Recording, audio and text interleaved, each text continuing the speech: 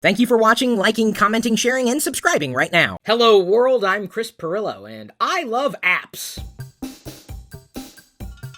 Seriously, I think I have an unhealthy fascination with software. Always have, always will. I've downloaded thousands upon thousands of applications across a variety of platforms, so generally speaking, I know what to look for. I know what's good, and I know what's not so good. And I'll tell you straight up, there's no such thing as a perfect application. They all have bugs. But when you find an application that works well enough or better than anything else you'd ever tried in that particular category, you want to tell the world. So that's what I'm doing today. Hail Hydra. The app's name, quite simply, is Hydra. I just said that because I thought it was kind of fun to say, and I'm kind of addicted to Agents of S.H.I.E.L.D. It is, by far, one of the best camera apps I've ever used on any platform, but specifically available for iOS. I can't even tell you how many camera apps I've tried over time, and most of them have been ample, but just not good enough for me to want to use on a regular basis. The price? $5. And if you were paying attention to my social feeds last week, you could have had it at half off because I told you about the special they were running. But I'm about to tell you how you can get it for free. Stay tuned. Hydra's feature set is simple and straightforward. With it, you can take HDR photos, HDR video, low-light photos, you have a digital zoom that tops all digital zooms,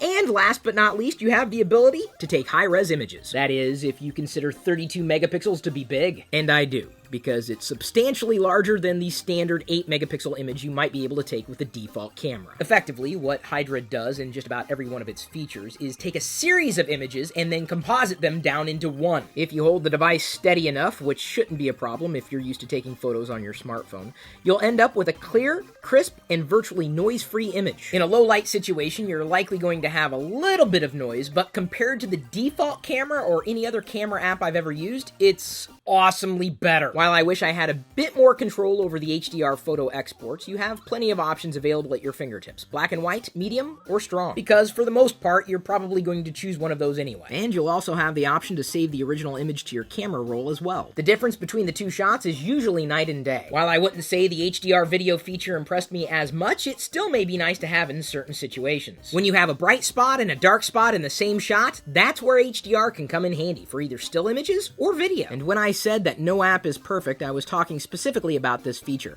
I noticed a few dropped frames when recording HDR video through the app. I don't think it's a problem that couldn't be addressed with future updates, and it's certainly not a big enough problem to keep me from recommending you getting the app right now. The low light feature is the one that impressed me the most. If you take any amount of indoor shots, then you likely know the problems you run into when you don't have ample light. Like with its other features, Hydra in near real time combines several images into one, and eliminates noise and increases clarity at the same time. Or should I say, vicariously. I've tried it in a variety of realistic situations and have found that for the most part, so long as you don't have any moving object in the scene, you come out better than you would with the default iOS camera app. But at this point, I would strongly suggest you try it for yourself. Don't just take my word for it. But wait, there's more! Digital zoom! It usually sucks, unless you use Hydra. Are the results perfect? No.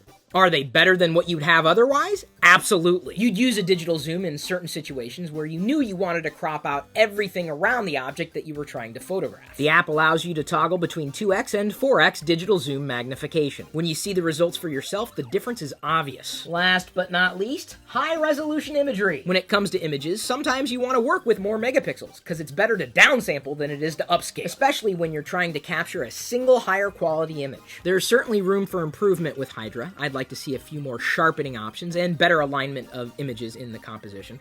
But the company that's responsible for creating the app has been in the software business for years. And it's better than anything else that I've found. It's not even close to anything else that I've found. I also mentioned how you can get it for free. You can earn it by way of go.tagjag.com/free points or go.tagjag.com/free apps. Through either one of those services, which I've been using for years, you can earn points that you can exchange for iTunes gift cards. And then you simply convert those points to get the app without necessarily paying for it. Trust me, they're getting paid. It's just a redeem code that gets earned. So to me, that's a win-win-win-win-win-win-win-win situation. It's not very often that I talk about apps. It's really got to be a good one for me to want to spend time telling you about something. Since I'm forever going to be on the lookout for best-of-class apps, please let me know if you know of one. I hope you enjoyed this recommendation enough to like this video, and at this point, I'm going to leave you to your own devices.